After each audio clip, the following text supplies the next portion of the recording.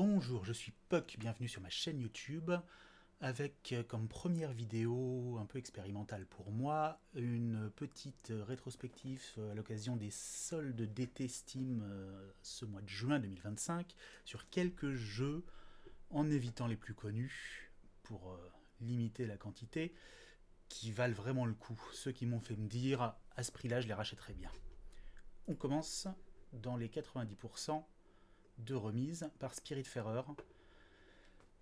Jeu à histoire, jeu émotionnel, un peu tous les clichés du jeu indie, absolument pas en mal.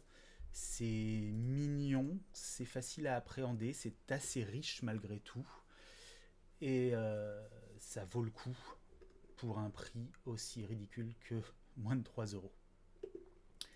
Ensuite, on a Shadow Tactics, le premier de la série de jeux des studios Mimimi qui avait repris les vieux jeux type Commando et Desperado des années 90 ou début 2000, jeux de tactique en vue plus ou moins isométrique. Tous les jeux valent le coup. Desperado 3 vaut vachement le coup. Leur tout dernier, je ne l'ai pas fait, qui est un monde de pirates. Le premier Shadow Tactics, c'était dans un univers japonais Edo, si je ne dis pas d'erreur sur l'air.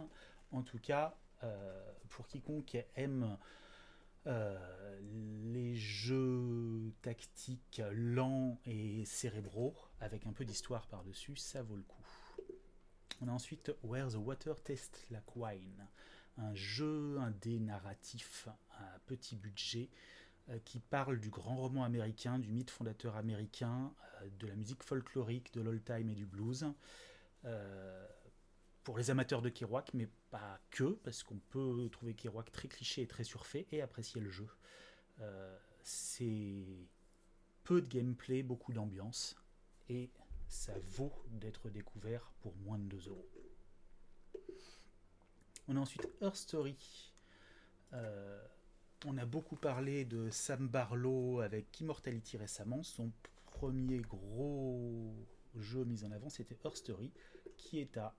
Oui, voilà, je l'ai mis parce qu'il est à moins d'1 euro. C'est une parfaite manière de découvrir, à mon sens probablement même meilleur qu'Immortality. C'est moins un jeu, c'est moins chic, c'est moins un truc à marketing, mais la performance de l'actrice et l'efficacité narrative du gameplay sont absolument parfaites dans ce jeu assez court. Ensuite, Robocop Rogue City, un jeu qui a même pas 2 ans, qui est déjà à 5 euros et qui est à mon sens, avant le récent Indiana Jones, le meilleur FPS à tendance narrative de ces dernières années. J'avais peur avant d'y jouer que ce soit de la propaganda, parce que tout ce qu'on a fait à partir du film de Verhoeven depuis 30 ans a tendance à être assez douteux, même quand c'est pas trop mauvais. Le jeu réussit dans toutes ses instances narratives à éviter ça et à nous faire jouer Robocop avec le côté fun de Robocop et sans le côté douteux du fascisme à Détroit. Ça vaut le coup de l'essayer, ça vaut encore plus le coup à ce prix-là.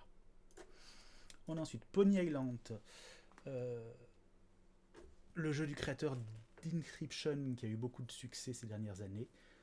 Pareil, c'est pour le prix 74 centimes, l'occasion de découvrir un petit jeu, je pense 2 heures voire moins de mémoire, mais un jeu très très créatif qui fait vraiment comprendre à travers un système de puzzle tout ce qu'on peut faire depuis la petite révolution des jeux indés des années 2010, tout ce qu'on peut faire dans un jeu jouant avec les codes du genre. Et je vais essayer d'aller vite. Satellite Rain ensuite. C'est un héritier spirituel des jeux Syndicate des années 90, des jeux en vue supérieure, en vue plongeante, de tactique de science-fiction. Il est à 3,74 € pour quelques heures de tactique plongée dans un monde cyberpunk, Blade Runner, tout ce qu'on veut, à contrôler 4 agents, à couper le temps, redémarrer le temps, essayer de réussir les missions qu'on essaye de ne pas trop rater. Ça vaut le coup et c'est un jeu qui a été pas mal oublié et depuis les 10 ans, écoulés depuis sa sortie. On a ensuite Everything, 1,94 €. C'est peut-être un peu cher pour un jeu qui va être pris pour beaucoup comme une pure blague, mais jetez-y un œil. C'est une mise en jeu vidéo des théories philosophiques d'Alan Watts. C'est malin si on essaye vraiment de se pencher dessus, et hilarant si on le regarde très très vite. Ensuite, Weird West, un de mes jeux préférés de ces dernières années, entre jeu de rôle et immersive sim, avec un gros pendant narratif, un western, comme son nom l'indique, dans l'ouest américain où le fantastique existe. Plusieurs histoires, plusieurs personnages qui s'enchaînent. Pour 6 €, c'est parfait. Un chien qui dit bonjour. On a ensuite Tiny Bang Story, un point and click, voire un pixel hunter, mignon, court, simple, presque disponible pour les enfants. Je pense que si j'avais fait ça en découvrant l'informatique à la fin des années 80, ça aurait été parfait pour moi. Il est à moins d'1 €. Ensuite, Death Road to Canada à 3 €. Un jeu qui prend toute sa dimension en multijoueur et qui se joue en couch co-op sur le même écran, mais qui vaut le coup également seul. Un roguelike où on recommence en boucle une tentative d'évasion des Amériques, des États-Unis en tout cas, envahies par les zombies, pour atteindre le Canada. Ensuite, The Room, une série de 3 jeux. Le premier est, je crois, à 1 €. Ce sont des escape rooms, ce sont des puzzle box, ce sont des simples mécanismes autour desquels on tourne pour essayer de résoudre le puzzle devant lequel on est. C'est parfaitement fait. Pour un petit prix, ça vaut absolument le coup. On a ensuite Streets of Rogue, un des bons roguelites dans ce cas-là en vue du dessus, qui permet de jouer plein de personnages différents dans un monde un peu fou, et avec chaque personnage avoir des capacités, surtout des missions très différentes, ce qui permet de rejouer en boucle des choses complètement différentes d'une partie à l'autre. Ensuite, Spelunky, un roguelite très connu, j'aurais presque pu ne pas le mettre, mais à 3,74 €, c'est un de mes jeux préférés, donc je recommande à ceux et celles qui n'y ont pas joué d'y jeter un œil. Ensuite, Neo Scavenger, pareil, un peu oublié, même si on en parlait beaucoup il y a 10 ans. Un jeu un peu frustrant dans ses limites de gameplay, mais un jeu de rôle post-apocalyptique qui va vraiment loin dans son concept, et qui, voilà, pour 3,69 €, vaut le coup. Ensuite, Hit Signature. On est dans l'immersive sim à petit budget, mais énorme possibilité. On court partout, on tire, on fait exploser un mur qui fait exploser quelque chose derrière, et tout ce qu'on espérait faire échoue. Et c'est comme ça que le fun se fait en gameplay émergent. On a ensuite Renan l'Explorer, un de mes petits jeux préférés, un de mes chouchous méconnus, qui est avec un côté roguelite également, parce qu'on peut le refaire en boucle en tentant de nouveaux personnages, de nouvelles variantes dans l'histoire, mais en tout cas un jeu d'exploration, alors un peu colonialiste, mais qui joue sur le 19e siècle européen et l'exploration du monde, avec une approche très livre dont vous êtes le héros, gestion de jauges énormément dans l'histoire. On a tendance à vider des jauges avec le temps qui nous font perdre la partie. Le tout entrecoupé d'un système de combat au tour par tour assez sympa, parce qu'il évite la violence. Et je conseille à tout le monde de regarder comment il évite la violence pour voir si le jeu vous fait envie.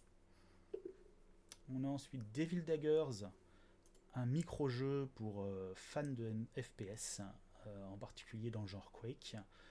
Ça doit être 2 €, c'est ça, pour des parties ultra courtes qui consistent juste à, sur place, tirer sur tout ce qui bouge et tout ce qui vient sur soi. C'est aussi simple que ça, et à faire des high scores. Glittermitten Grove, qui est un jeu à avoir, parce qu'il contient caché un des jeux les plus connus de ces dernières années, c'est-à-dire Frog Fractions. Il y a des documentaires qui traînent sur YouTube sur Frog Fractions, il faut y jouer, et il faut le connaître. Il est par ailleurs trouvable gratuit autrement.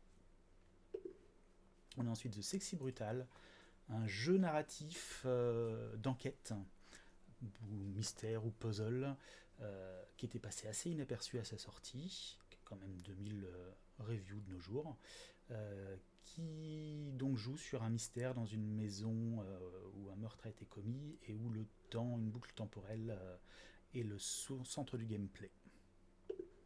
On a ensuite Monster Prom, série 3-4 jeux maintenant, qui sont des dating sims multijoueurs et qui bâtissent sur ce concept assez original de faire des dating sims le plus interactif possible déjà, avec le plus de gameplay possible, et cette possibilité de jouer à plusieurs.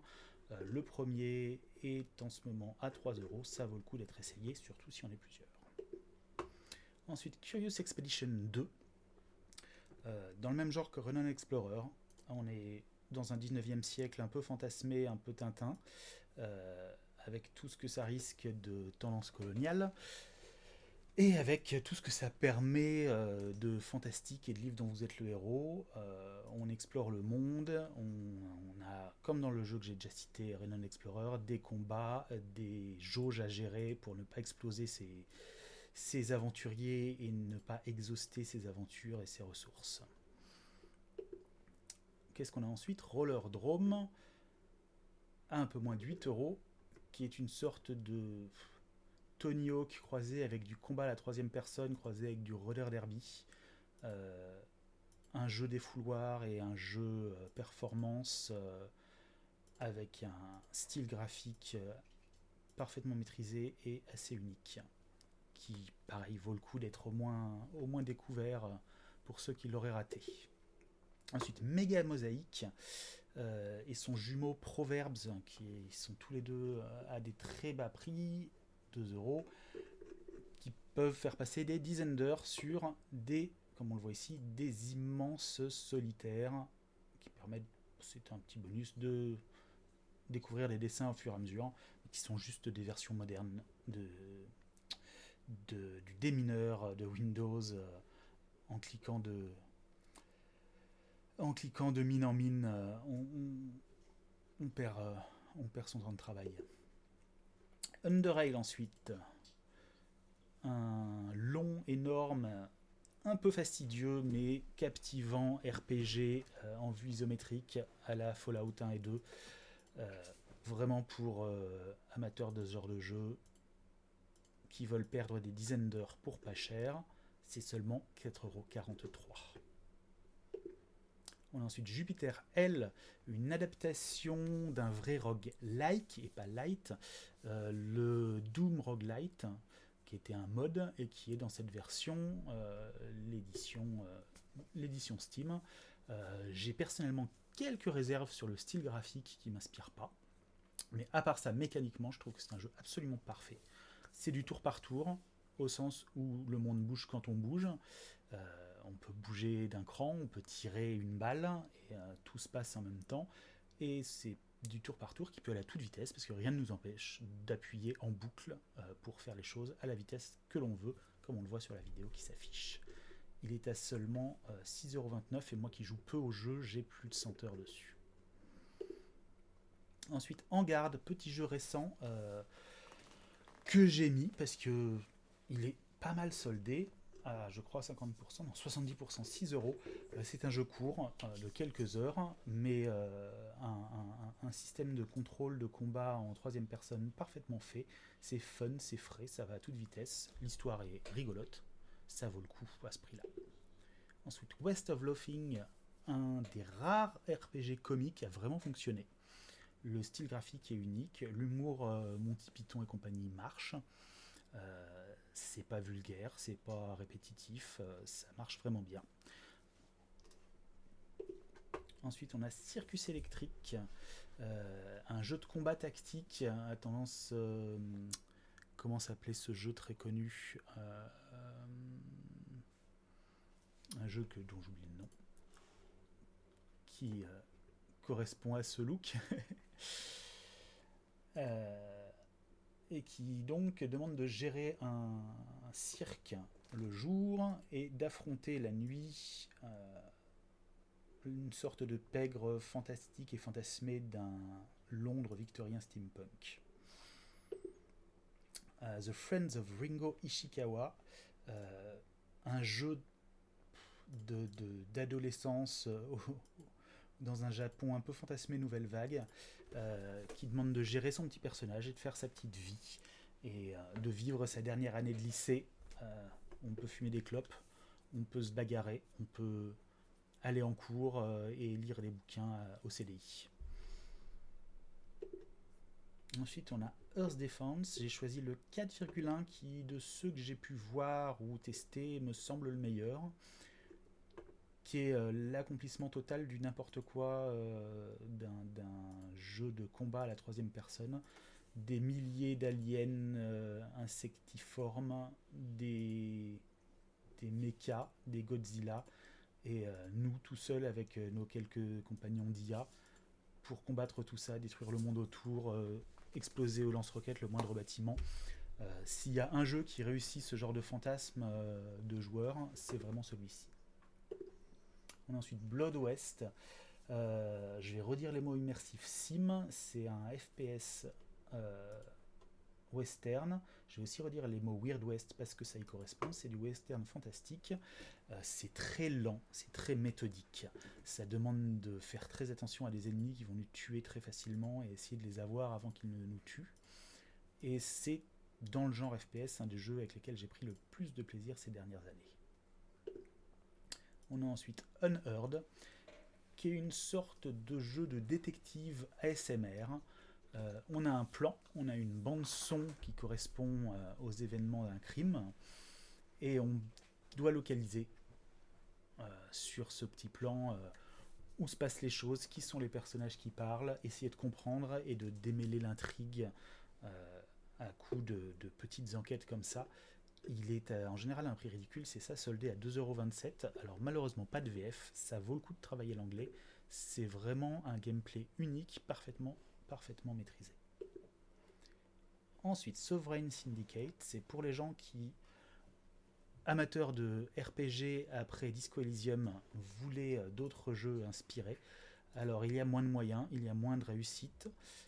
C'est un peu boursouflé dans ses textes, mais c'est un monde bien construit, un RPG bien construit, et on retrouve le même sentiment de ne pas être poussé vers des combats, de résoudre les choses par les caractéristiques propres à notre personnage et par des interactions avec le monde qui sont vraiment ce que permet un RPG informatique et que ne permettrait pas d'autres jeux.